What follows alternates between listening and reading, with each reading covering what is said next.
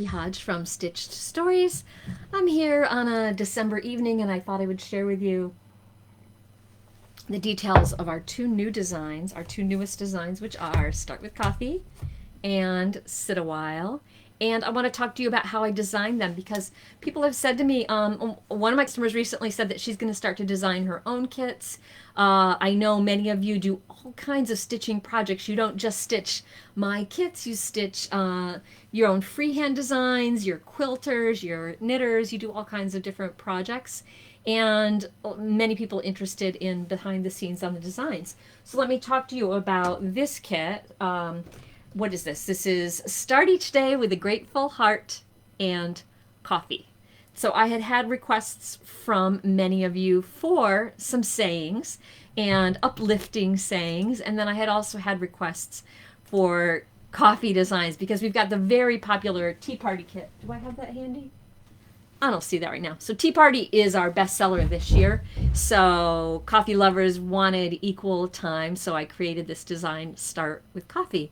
And let me talk you through some of the elements of it, and let me show you, if you get the kit, what did I do with it? Oh my goodness, sorry. Here it is. So each of our kits come packaged like this. You get this 4-page guide, the tin, which has needles, all the floss, and you get a hoop with it. So Start with Coffee, just like all the rest.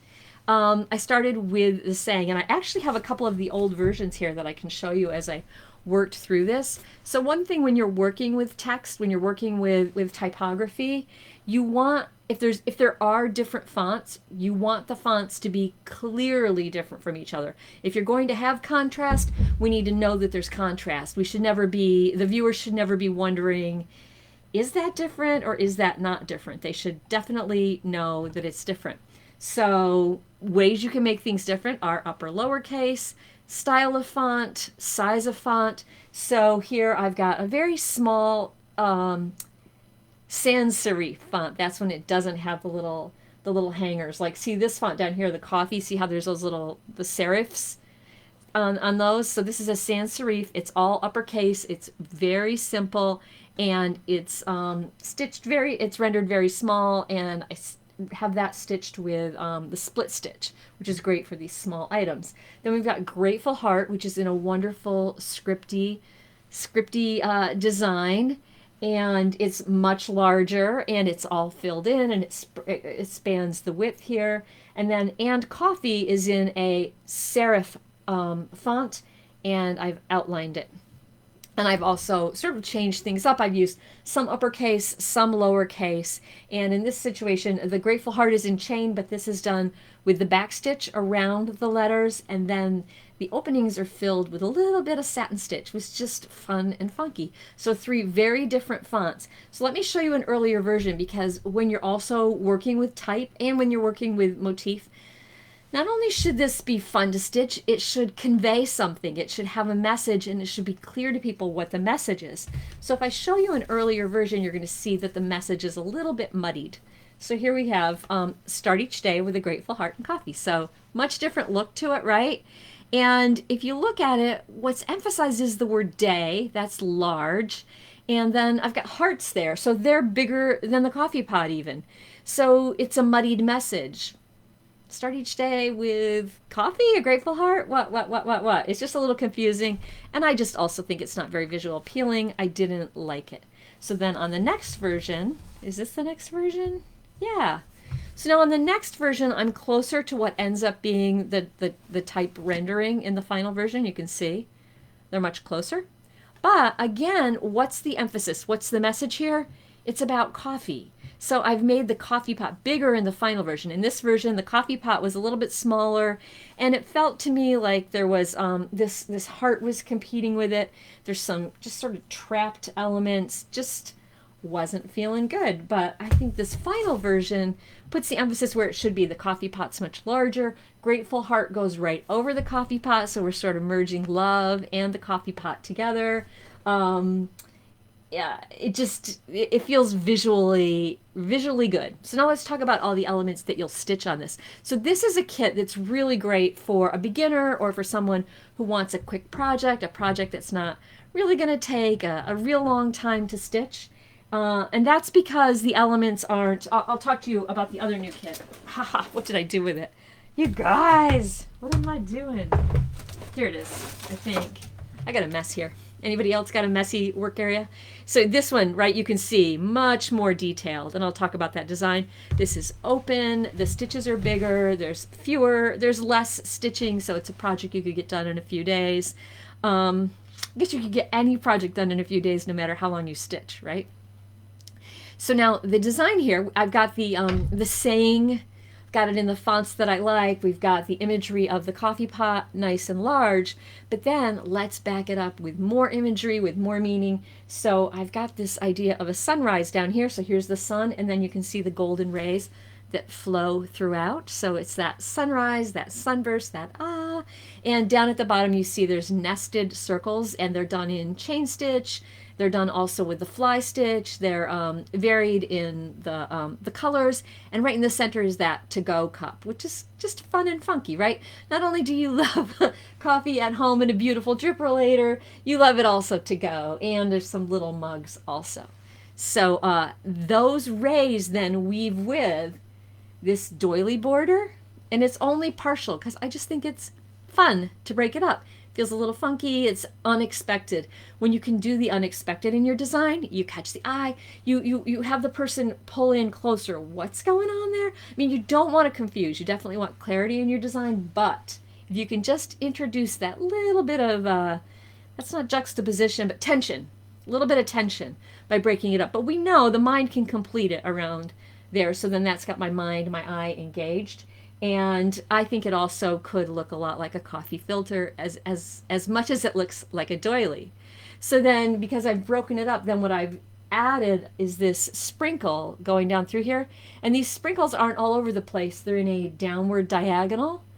Now, our eye in Western reading, we're used to reading across the page, and we're working from the top left to the bottom right of a page, and that's what this is doing. It's taking us diagonally down through the design, gets the eye, it helps the eye, it's that additional boost to move the eye through elements, and then we just keep circling around, hopefully, and stay right in there. So that's what that design looks like.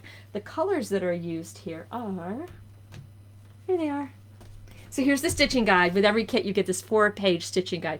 So even if you're brand new to embroidery, you've got the picture to stitch from, and then you've got the guide that shows you exactly which stitch to use and in which color, and if you've never embroidered, how to get started, and then more details. If you're a newer stitcher, you might want to follow these instructions that tell you step by step which parts to do first. And we always talk about the story, and then all the stitches are illustrated on the back of the guide.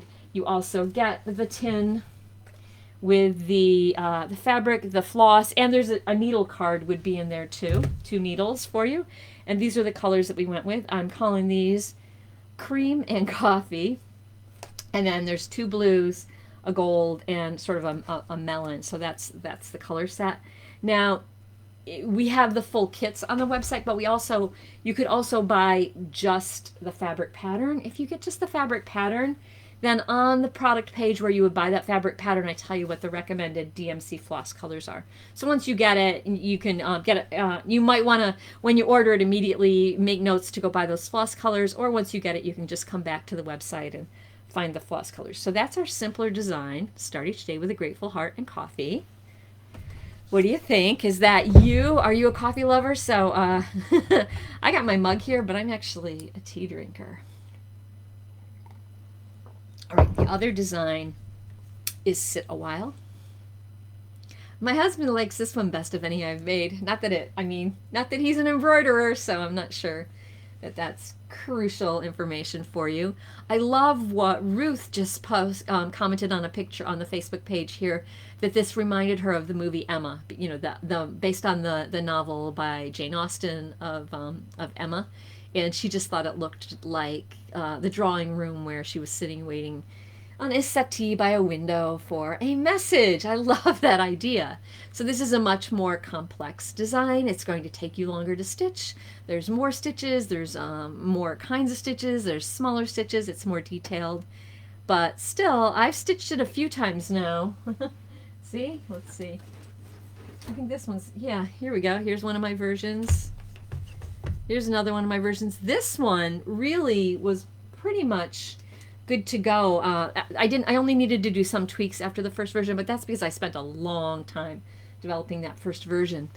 So let's talk about all the pieces in here. So we've got the rug at the bottom, and that's got geometric circles, and it's rendered so that it feels like there's perspective. It feels like you're coming, right? The floor is wider out here, and it narrows in, so you feel like you're going right into the room. And then what's important if you're designing or you're thinking about design is if you're going to mix patterns. Again, remember when with the earlier design I talked about how if you're going to have contrast, you want people to know there's contrast. If you can, when you're mixing patterns, contrasting the scale of the motifs in the pattern is a really helpful thing to do.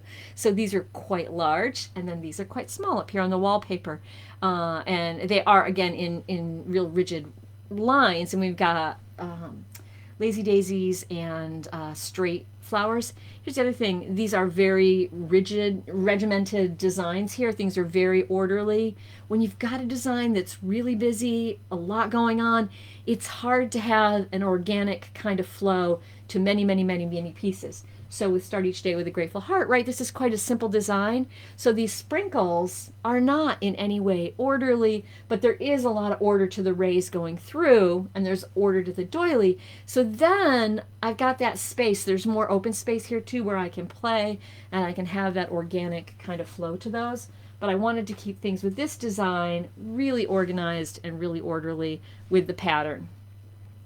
There's a woven basket with a plant with blossoms. We've got another plant over here. We've got the chair with the buttons and the tufting. We've got a framed butterfly. We've got the framed mountains. And then, of course, my favorite part here, I say of course. So many people have told me that it's also theirs. That's why I'm saying of course.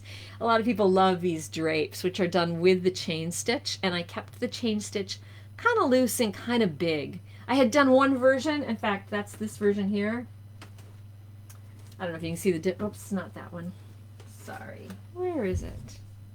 This version, I went a little smaller and tighter with those, the chain stitch on the drapery, and it's not as dense. So I really like this version where they're looser. Yeah, the variation you can get just by changing that little thing with a stitch. So we've got those drapes done in a chain stitch, and then I've flipped something a little bit unexpected. You know, I talk about tension. The boughs outside the window are gold as opposed to being green. But not only does that add a little tension, this window becomes the centerpiece of the piece, and I think if they were green, just didn't work. Because the other thing is with this, one of the things I started with the window. That was all I knew, that I wanted these drapes and the golden boughs and the cat. Started with the window, and I also knew that I wanted to work with a color scheme that used gray and gold. And, you know, I've been hearing that, you know, Pantone's been featuring grays. I've been hearing talk of, will the Pantone color of the year be a gray? I don't know if they've already announced it or not. If they do, my apologies if I'm behind. So I wanted to work with gray. I loved the color scheme of gray and gold several years ago. Gray and mustard was a trendy color scheme, so I thought, let's go with gray and mustard. In DMC terms, I think this is called golden olive. It's not mustard, but it is sort of a mustardy color. So I've got the tin, the blue-gray, and the mustard were the colors that I started with here, the dominant colors in there. And then we've got the green and brown just as supporting, right? The green leaves and the brown table and chair legs. So then to contrast with it, I wanted to go with a little bit some darker values. So right, I've got a garnet and a navy. So they give not only contrast in color, well, the garnet gives contrast in color, but both the garnet and the navy give contrast in value. They're darker. That's an important thing. I've also got this rust in here. The cat's rendered in rust, and the larger circles on the carpet are rendered in rust. So that is Sit a While. I don't know about you, but I love to have an embroidery. I love to have a crafty project on Christmas Day, once the presents are all unwrapped, I cook my big meal on Christmas Eve, and then on Christmas Day we eat leftovers and often go to a Chinese restaurant. So I love to have a craft project. It's for something. Sometimes that is to do with scrapbooking. I'm a scrapbooker. I'm a digital scrapbooker nowadays, and often what I'll do, but I haven't done it for this year, is all the pages that I created over the year, I get them printed up, and that's a big Christmas present to me. Is all the printed scrapbook pages and some new sleeves and an album, and I put that together. I think about the story and the chronology. I think embroidery is another lovely thing. I just love something to settle in with, watch movies, be sleepy while I eat all the leftovers and the chocolates and everything. So these are both great projects that you could gift yourself to work on Christmas Day, and they will actually, at this point, we are still getting things to people by Christmas Day. And again, with every kit, you get the 4-page stitching guide. Here's the one for Sit a While, the 4-page stitching guide, and the tin. Of course, the tin has your needle card and fabric and the floss. So that's a whole bunch about design on our new kits. I would love to hear what you like to do, what kind of creative pursuits you're working on now, and once after Christmas comes. I'm actually stitching a lot right now too. I'm working on a couple of new designs. I'm sketching one out and I'm stitching on the other. We'll see how many takes it takes. It's interesting how the simpler ones take me longer, right? Like I showed you so many renditions of Start with Coffee. This other one that I'm working on, it's kind of simple, and yet it's taking me longer. I'm already on the 3rd pass on it, so we'll see how that goes. So happy stitching to you all. Have a great evening, and I appreciate your time here.